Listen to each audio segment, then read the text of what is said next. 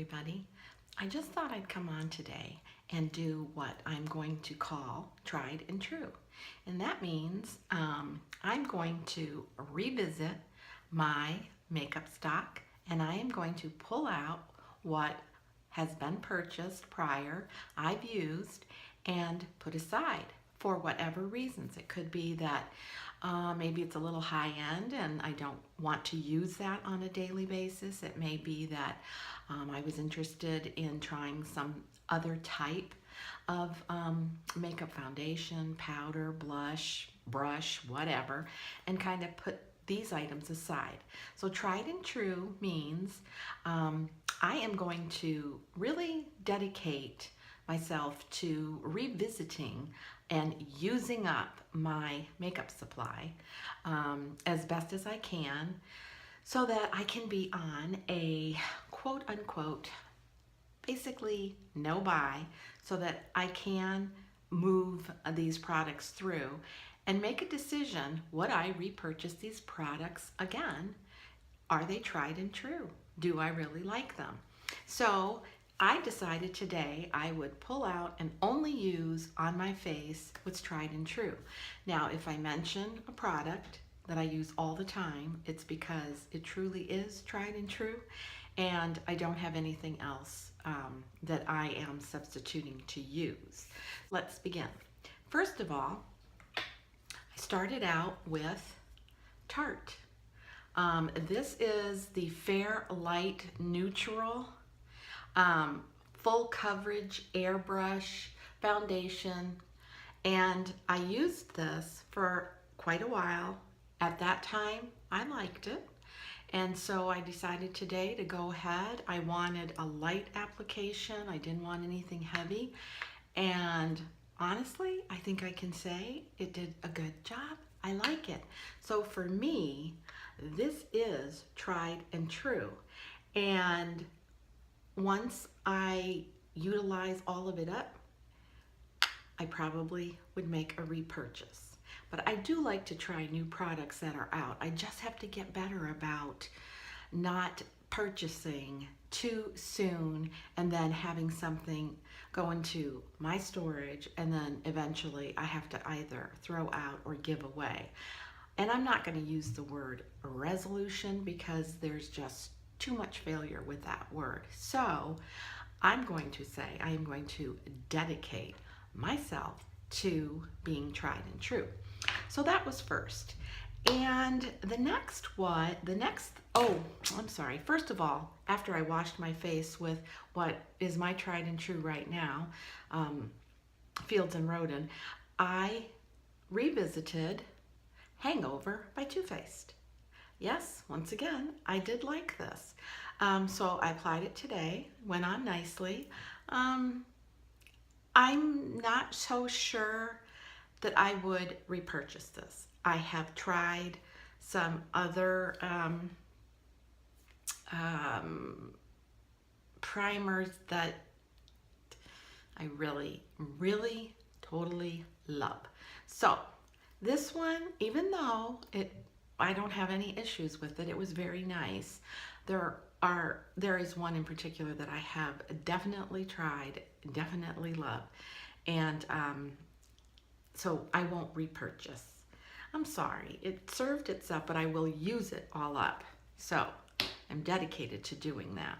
My next tried and true was from MAC, and it is the Studio Finish Concealer. And again, this is tried and true. This works really, really well. There's times that I get those little red capillary breakouts, and sometimes they're just more noticeable than others, and for whatever reason, and this does the trick. And also, when you're aging gracefully, you do run across age spots. Ooh, but tried and true. There's a lot in this little pot, and you can kind of, I think, see the little well in it. I've had it. I do use it. I put it aside, but this is tried and true. And at this point, I am going to continue to use it. I'm just not sure that I'll find something that I like better. I do use other concealers, but I like this so much because it just blends so nicely with my skin color. So, and it does a good job of covering up. I don't do any of this concealing anywhere near by my eyes because, you know, I like to laugh. So I say I have a lot of crinkles and wrinkles from laughing. But anyways, tried and true matte concealer. Next, tried and true eyebrows. Anastasia eyebrow. This is tried and true.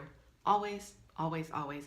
I had nothing to go and pull out because I know I did a re-clean at the end of last year and I just got rid of all the odd pencils I've bought and that I don't like. Tried and true Anastasia Brow Wiz. Next, tried and true, I wanted to put on just a little bit of eyeshadow. So I went back to the Naked Basic palette. Oh my gosh, this is so basic. It has just the prettiest, even though they don't look like much, it just has the prettiest color tones, and that's what I wanted for today, something light. So as you're aging gracefully, your eyelids kind of start to darken a little bit, and you know, so I like to put my favorite that I am out of, that I can tell you is tried and true, is the Painterly Pot by MAC. And yeah, I'm definitely repurchasing that because that's kind of my primer base for my eyelids.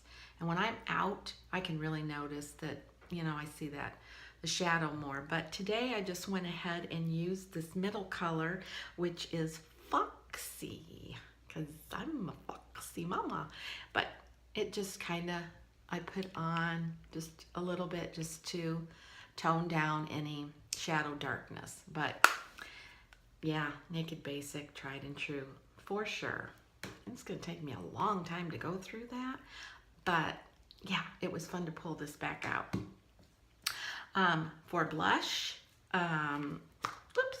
it's the Rockateur by Benefit blush. Really pretty color, really pretty color.